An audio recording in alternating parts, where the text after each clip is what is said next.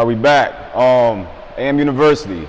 Our next guest, I don't need no introduction. You know, if you know basketball, you know who Coach Bob Hurley is. First of all, before we start, thank you for coming. My pleasure. I really appreciate it. Really appreciate it with all the things that you're doing. You're still doing in the community. Well, my trip's a lot shorter than your trip today. hey, it was worth it.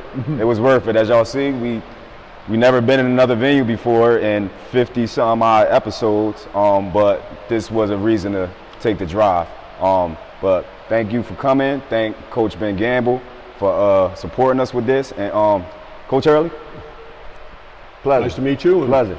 Let's hoop. Let's talk some Hey, let's go. Let's go. So when we spoke on the phone, I'm glad we didn't get too far into it because I definitely wanted to hear your opinion of this on camera. Basketball in 2021. How do you feel about it? The players, they're getting better and better. Okay, the players are getting better and better. The game itself right now, I think we've gone away from the real physical basketball of 10, 15 years ago, where the ball just used to get thrown inside and it was all power basketball. We've drifted away from that. I think that's good. And now, in going away from it, we've gone way too far away to shooting way too many threes. You know, way too many threes are taken. And certainly taken by guys who shouldn't shoot any. The guys who are shooting them right now. And I think I think defensively now, officials are just blowing the whistle too much. The game, you know, the NBA game now, you can't go near anybody on the perimeter without being a foul. And my single biggest peeve right now is that defensively, everybody's switching everything now, which means that all these coaches now want to have everybody kind of the same size so that they can switch stuff and they don't lose any mismatches. Yeah. But what about the Chris Pauls and what about the Trey Youngs of the world? Right. You can't be doing that with those guys. Right. You want to make them just get over screens and help them a little bit, because if you protect them at the defensive end, boy, they give it back to you at the offensive end. Yeah, right. Do you That's think just the way somebody started it, and then what happens is it could have been Villanova on their first championship, but it was started by somebody, then all of a sudden everybody started doing it. And then, you know, even our U.S. team this summer, I'm watching the games and I'm getting annoyed because we're doing the same thing. We're just switching. I think switching everything is just laziness. I think if you've got good matchups, right. If you've got like Holiday, and Holiday is on, say, Fournier from France, and Fournier can't do anything with him because he's just a great defender. He can't get by him. He can't get a shot off, and then goes to a ball screen, and then you're switching. Yeah. So now the bigger guy is guarding Fournier, and now Holiday's guarding a big. Right. No. Just try to slow up that pick and roll so that Holiday can get over and keep him on that guy. Yeah, so all your great defenders, you're losing them because everybody is just switching, and it becomes lazy man's basketball. Right.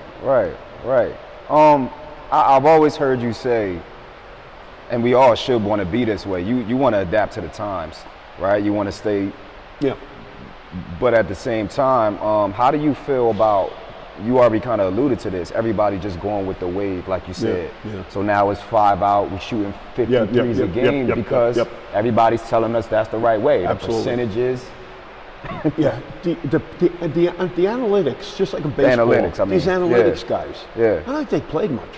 Because what people don't take into consideration is a big part of strategy in basketball is getting foul trouble, getting guys on the other team in foul trouble. Like if you got a guy now who's got his second foul in the first half, and that coach keeps him in the game. Well, you got to drive him. You got to take advantage of with 2 fouls. Is he going to play no defense? Great, keep going to his man. Or is he going to try to play defense? Can you pick up that 3rd foul? Right. Nowhere in there, because if everybody's shooting threes, then you can't really attack one guy. And the way to attack one guy is put him in a situation where you reverse the ball to him, you give him a side, or he brings it down, you'll clear the side, he clears the side, and he goes. And now if he's a good player, if they come and help, he'll also make a play for other guys.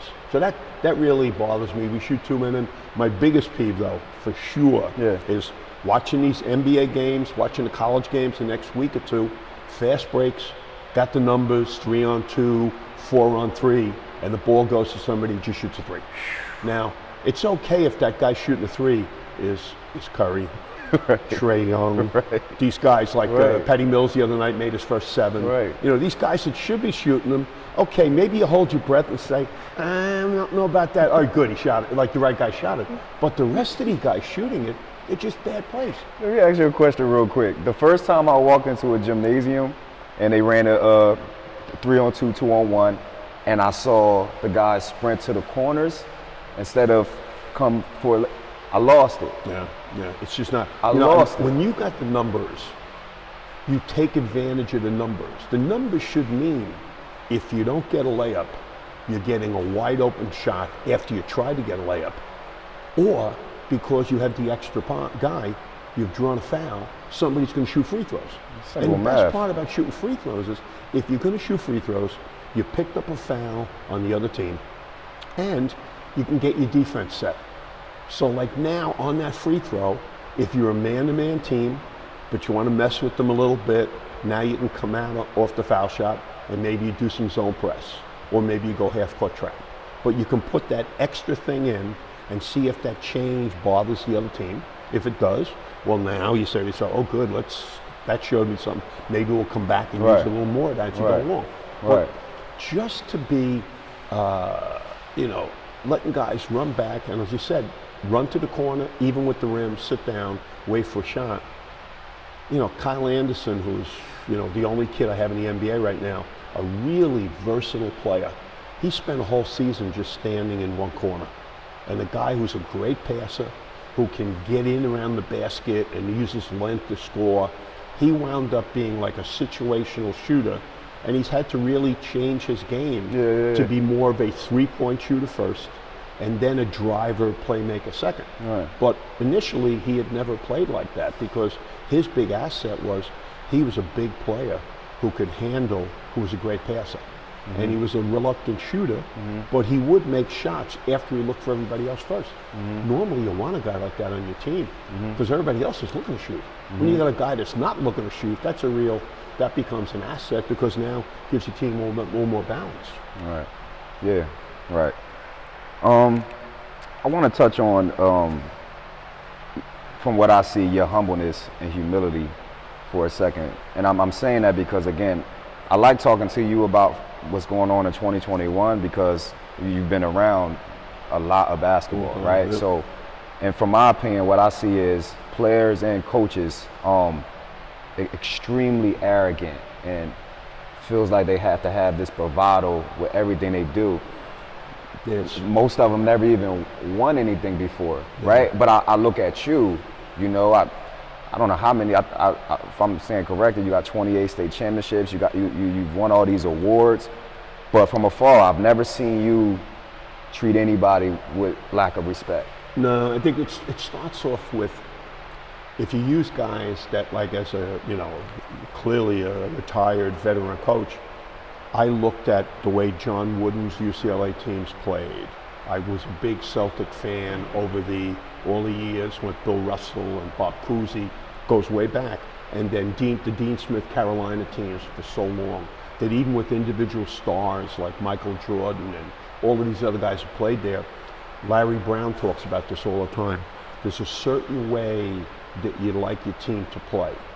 Where the game is played, there's a flow to it. Your players are fundamental.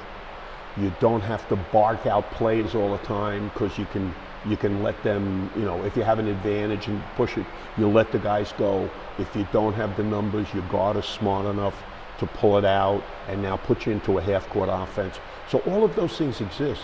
But the respect for opponents and the respect for the game is that you want to play such a way, like we would always say, we want to come in to warm up at your gym or in a neutral place, and we want our warm-up to be so sharp that people sitting there start watching our warm-up, and as they're sitting there, they're watching the other team, and they're watching us, and maybe the other team has got 6 guys playing way up over the rim, but we're down the other end of the floor just like a fighter who's getting ready for the fight, and by the time it starts, we're lathered, we're ready to go, We did a bunch of little things before the game, so we covered all the basic fundamentals, got a lot of shooting in, and we're ready to rock. And once that game starts, we talk to each other. We don't talk to the referees. We don't talk to the other team. And the only one who breaks that would be me, because I can't help myself. I got to talk to those referees. Got to. Because sometimes I don't even know what sport they're refereeing. You know, it's just like I'm not even sure what's going on. So I will kind of stand up for the team. Right. But I don't want the kids to look like they don't have control. You know, part of that whole thing too is that I coached in the inner city for 45 years. And I totally believed growing up in the city that there is a prejudice against people that are city folk, that they expect to be undisciplined, and that they're not going to be good students, and they're going to be male liability on the campus. And then we would say to somebody, hey, come watch us practice, come watch us play. Go look at the kids in the weight room lifting. Go look at the kids like the Bayonne kids at study hall right now. Watch all these things too. Have a conversation with the kid. Watch him shake your hand firmly, look you in the eye, look at the way he wears his uniform. Look at all these things. Every one of those disproves what you're saying about the kid in the city is a kid that's out on the street till midnight every night. He's running wild. That doesn't pertain. That's just that stereotype that people want to say because it's a little more difficult to come into the city to recruit. You know, you have to have your big boy pants on when you come into the city. You can't go into inner city Jersey City and not have a little urban experience. If you don't, you're like in fear of your experience. It'd be just like somebody going to recruit a Camden kid, and they basically have never been in Camden, New Jersey, or Atlantic City, or, you know, places, Trenton, places that are urban. And there's that expectation that's going to be a problem. Well, that's bizarre, because people that are living in all of our cities in the state are some of the nicest people in the world, but there is this built-in level of discomfort because they haven't lived that experience. They haven't been around enough people. So we would always say, we're crusaders for something we shouldn't even have to be crusaders about. But somebody comes in and they're talking about, well, they run a disciplined program in college. I would always laugh about this. And they'd say, you're running a disciplined program. Well, come watch us practice. And then after that practice is done, you tell me this guy couldn't be your captain in 2 years because he's been there, done that already. And that was always the thing about it. You wanted every kid to have this opportunity to play after high school, at least to play someplace in college, if not scholarship. And you always wanted to straighten some of these people out. Now, it's gone on a long time. I don't think it exists as much now, but it was difficult. And it remained difficult for a long time. You know, Ben would talk about kids back in years when he was, you know, helping me at St. Anthony's, but as recently as 2016, I had a kid named Javaris Hayes out of Patterson, who was the best player in the championship game in New Jersey when we played Linden for the championship game. Best player on the floor. And kids were going to schools all over the place. And I still couldn't get anybody to offer him a scholarship. He winds up going to a Division II school after I talked to everybody that I could in the MAC conference, the NEC, all these places where he would be able to play. And after 3 years, what happens to his team? His team goes Division I, and now as a senior, he leads the Division II team in Division I for the first time to a conference championship. And he's the best guard in the league. Most people say he's the best player in the league. And I couldn't get anybody to recruit him because he needed most of his senior year to complete his grades. And everything that he finished with an excellent senior year, solid SATs, and nobody'd wait for this kid, who wound up being conceivably a player of the year in a conference. So it goes on all the time. You're battling, and most high school coaches in urban areas, particularly in public schools, are battling against this preconceived notion about what the kid is going to be before they've even met the kid, met his family, looked at his transcript, any of those things. Right. I want to come back to that. But okay, so again, with all your accolades, you know, Naismith Hall of Fame, 28 state championships, a couple national championships, complacency. I was always curious about people that achieve at a high level, that get to the mountaintop, because now you don't necessarily you don't know what your competition doing because you at the top, yeah. Right? And a person like you that have done so many things, it's extremely, I would guess, it's extremely hard to stay motivated to be the best year in and year out when you don't necessarily know what the other competition is doing. How over years did you deal with becoming complacent? Because you're human. Yeah. Right? I think the first thing is that in everything you read about, people that have been successful are constantly looking to see what other successful people have done. So whether it's reading about Bill Belichick with the Patriots, or whether it's looking at somebody at the college level, Nick Saban in Alabama, you're always looking to see what they do. And it always kind of gets you back to this culture. Now that's the word that's used now. I don't know what it was. I don't know if we had a word for it for a long time. Right. It was the way you go about doing your business. Right. And there was a certain thing, things were acceptable. And the biggest part of the whole thing, Ben would say this, one of the things we always did, we would always look at this group of kids and say, we're going to work hard for 60 some practices. After 60 practice, state tournament begins. We're going to be better than when the season started. Will everyone else we're going to play against have improved as much as we will? So there'll be this thing of this cultural thing about get better every day. Don't worry about the scores and games. Just try to get those watermark games during the season where you play a good team at certain points, that you reach where you should be, and don't lower the bar. When you say this is what I think the team's potential is, that bar stays there now, and the kids never are allowed to be less than doing their best. And Coach Knight, don't agree with a lot of things that he did in terms of like his ability to control his emotions and things like that. But he said, and I totally believe it, parents and teachers allow kids to just be average. When a kid would come into my gym, I would always say to him, I know that nobody at home is trying to make you the best you can be. They want to maintain your relationship. Meanwhile, all I want from the kids when they're in high school is respect. And I want them to know I care about them, but that our relationship will only develop after they're gone. When they're in college, boy, we're going to be tight. When they're out of school, today I had lunch with about 7 guys who played for me over the years. They call themselves the Vintage Friars. And we met today. They want to talk about everything that's been going on. And that goes on all the time. Because those guys, you talk about being fraternity members in college, no better fraternity than the team you play on in high school. And the other part of this whole thing, what's really important, is senior oriented. Your team on a given year is driven by the senior class.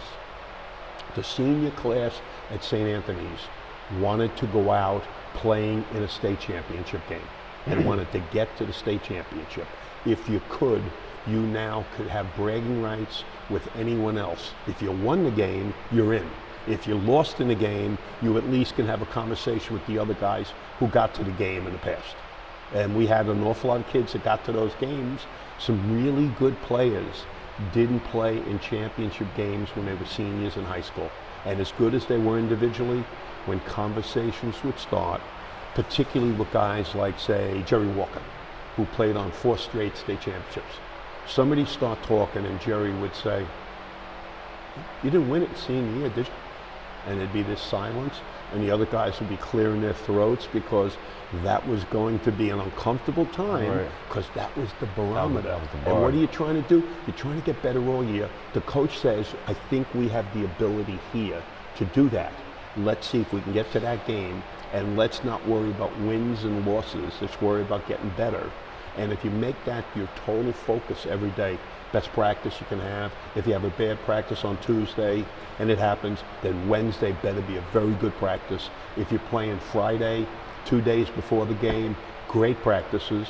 Day before the game, light practice, intellectual from the neck up, make sure everything's in place, scouting report, the detail is done. The day after a game, light again, because you're just coming off giving, taking your heart, ripping out, throwing it on the court. So the next day, not expected, but that might be a study hall that day, could be a weightlifting session, and then a light practice. Well, you're back to this routine, curfew, dress code, all of these things you have, because if you do all of those things, you got a shot at it. If you balk on some of the things, it's about you more than it's about your individual rights. That's a wonderful thing. We have all kinds of conversations in this world about people's individual rights right now. Right. Particularly with the vaccine, whether Right. people taking it or not. Right. So yes, that can happen. But when an adolescent male comes to play at St. Anthony's, I don't know that we should have a discussion where we're having an intellectual tug of war Right. with a 16-year-old. Right. I think I've been, as most coaches have, we've invested more time in this process Right. than the player. So what the player should do is take the information, look at the track record, and just go with it.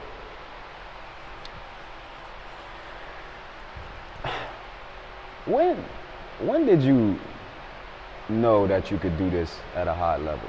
I think that's another thing that I feel like we all obviously, because we're living, we have a purpose on this earth, right? But in my opinion, I think we always make a choice if we're going to live out Yes. that purpose or not. Yeah. We're going to go right or left, Yep. right? You obviously lived out your purpose, and but was it a moment that you knew, like, because it's still in the beginning, it's still, you don't know. No, you don't know. It was easier though when I grew up and got into coaching. There was no such thing as being a high school coach and then coaching in college. Jerry Faust was a high school coach in Indiana, from Ohio, who went to Notre Dame to coach the football team. A total failure. Bob Wade, one of the best high school coaches in the history of our country, was at Dunbar, Baltimore. From Dunbar, Baltimore, he went to University of Maryland. It didn't go well. In most cases, all of us growing up as young coaches, we envision we're going to do one thing. So from the time I started coaching, I grew up I lived in the same neighborhood in Jersey City that I grew up in, raised my children. I lived there for 50 years. No expectation, really, that I was ever going to leave that neighborhood as long as it was a safe neighborhood and there were schools good enough for my kids to go to, which I had. All three of my kids are, college graduates, and they're doing fine. But the decision to stay in a city was based on that. My personal decision to stay in a city was my wife and I. We're two now in our 70s. We're two of the only people we know who decided that the problems with cities in the 80s and late 70s, 80s, there were problems and people were just running from cities. Well, I really never saw it. I was a probation officer. I knew what the issues were in the city, and I always felt the issues were solved by education. And if you can keep a kid in school, the kid is going to be able to solve a lot of his problems. So that became a big part of what we did. But I found that, and I tell people this all the time, you're always trying to find in life, and you'd like to match what you're best at with what you like the most. And it's called your bliss. And it's my bliss. I didn't know the word bliss. I'm a Jersey City guy. Somebody said to me one time, "This is your bliss." And I sit back and say, I don't know if that's a compliment. I have to ask some people about that. And I found that he was right. That I found something that I was good at. I felt I could make a difference for people, opportunity playing college, getting kids in the high school years, getting through turbulent situations, either in the household, the neighborhood, letting them realize, taking them on some traveling. We go to a tournament at Christmas time, letting a kid get out of the neighborhood and realize, boy, it's a bigger world out there than my neighborhood. All of those things became part of, like, the winning is great. Everybody wants to coach good players. I was in Jersey City. I've always had good players to coach. Coaches don't want to come in the gym during the summer, open up the door, 16 baskets. The custodian had cleaned all the backboards. The place is immaculate, and the door opens up, and 8 kids are in the gym, and there's 16 baskets. When I would open up the gym during the summer in Jersey City, there'd be this little building called White Eagle Hall, this little bingo hall, and it would be about 70 feet long.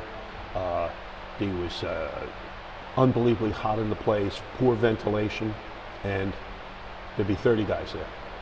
And there'd be 30 guys there because I would only let 30 come in at a given time. But maybe before that, I had a younger session, and there was 20 there. And those 20 were going to hang around and hope that they could join part of that 30. So this thing was going on for a very long time, where I had kids that inspired me, kids that I coached from the very beginning through my entire career, I had kids that were really good. I could use David Rivers as one of the teammate of Ben in high school. David Rivers was worth coaching for the entire 80s, and he graduated in 84. If nobody else played for me from 1984 on, just the Dave Rivers, St. Anthony's experience, watching him at Notre Dame for 4 more years, and then playing the NBA, those years were worth every moment we spent with David on academic stuff, helping him with other things outside of basketball. And those things are like, they're powerful. They're powerful because when you get back with those kids and you've been the high school coach, the college coach recruited you. The high school coach helped to raise you. You know, the high school coach is there with you. Your time when you have to make some decisions about things, that high school coach is there, and they remember that because they remember when. And each kid, Jerry Walker, David Rivers, whoever it is, Ben Gamble, everybody remember the time that they were knuckleheads, and they'd have a meeting with me in a room, and we had to talk it out, or it might be a little more intense. I had to go to the house, and I had to sit down with family, and we had to go through the entire thing until we could come to an understanding of what this child needed to do from this point on. And then from those conversations to guys coming back and saying to me, Coach, you've gotten soft. Your practices now, and every one of them, they'd all come back. Everybody come back and say, Dan, it's not like the old days. Yeah. And I'd say, well, no, it's really like the old days, except that you, when you were this age, thought anything that I was doing was difficult. Whereas now, you're older and more mature, and you see what's going on, and you say, oh, okay, this is it's exactly what he should be doing, but maybe he's not pushing them as much right now. But it might have been a day that they came that was one of the light days. We may be playing tomorrow, or it's a day after a good game, so it's going to be a light practice. They don't think that there ever was a light practice. They think that every practice they ever had was like, I should have had DIFUS, you know, charging me with things for just how hard the kids had to work. I think this last question is a great segue, wrapping this up. So, again, I've always, I look at coaches from afar, and again, their mannerisms, how they go about their life. Obviously, on court, you had a lot of success, but what you do in the community off the court is what made me admire your story the most, because again, I come from Camden. I was born and raised there, and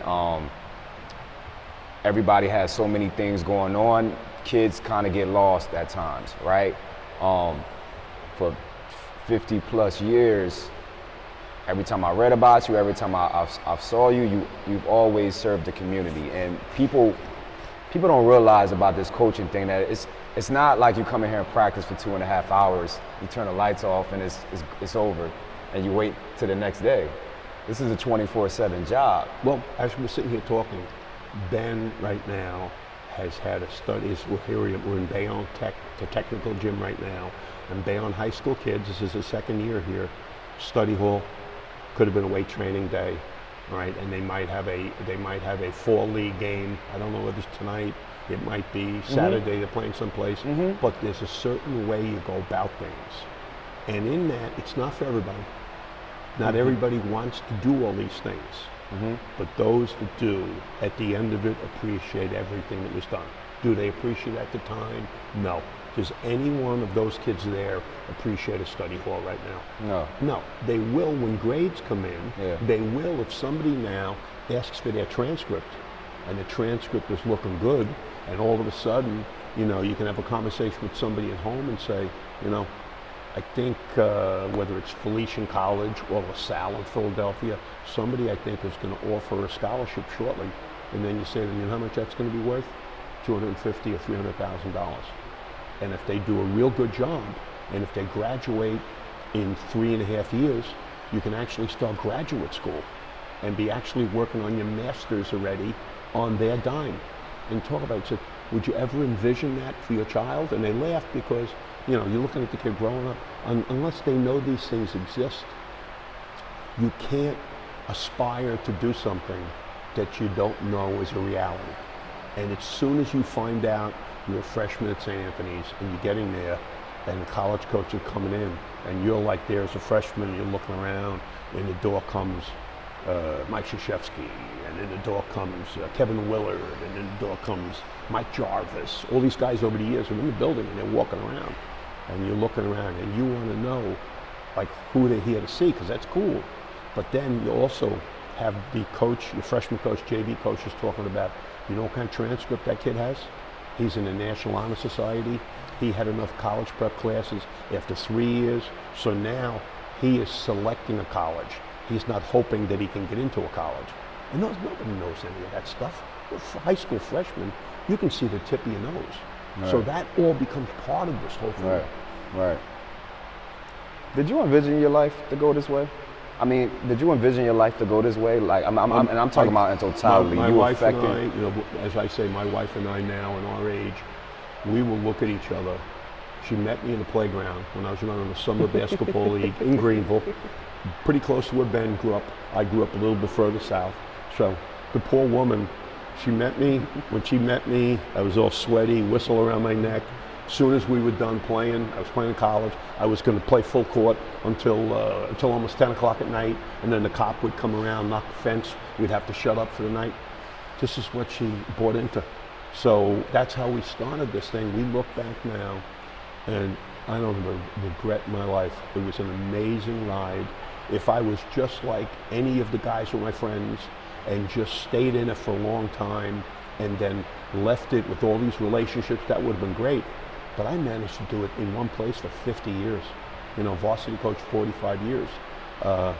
Just a great run and memories that I can tell you stories about my freshman team my first year, or I can tell you a story about my last varsity team, losing our last game against Hudson Catholic with the terrific team they had, but only a 4-point game, and how if our free throw shooting was better, and if they didn't trap the pick and roll and really bother us, who knows what would happen? And somebody say, how can you remember this stuff? Because it was that important. And we felt so good about how, in most cases, how we did things against whoever was put in front of us. And that's something you remember, you remember that the rest of your life. Yeah. Well, again, I appreciate you coming on. Again, looking at you from afar, seeing you at coaches' clinics, still taking notes, still working on your craft every day, seeing you out in the community. I just wanted to let you know it's really inspiring. Thank you. Thank you. And we need more like you. Thank you. We need more like you. Thank you so much. Thanks for coming on. I had fun now. Just now, hope the trip home is. Oh man! You got to put 101.5 on, and then check how that how that's going. All right. See, yeah. it was with you. Yeah, 101.5. I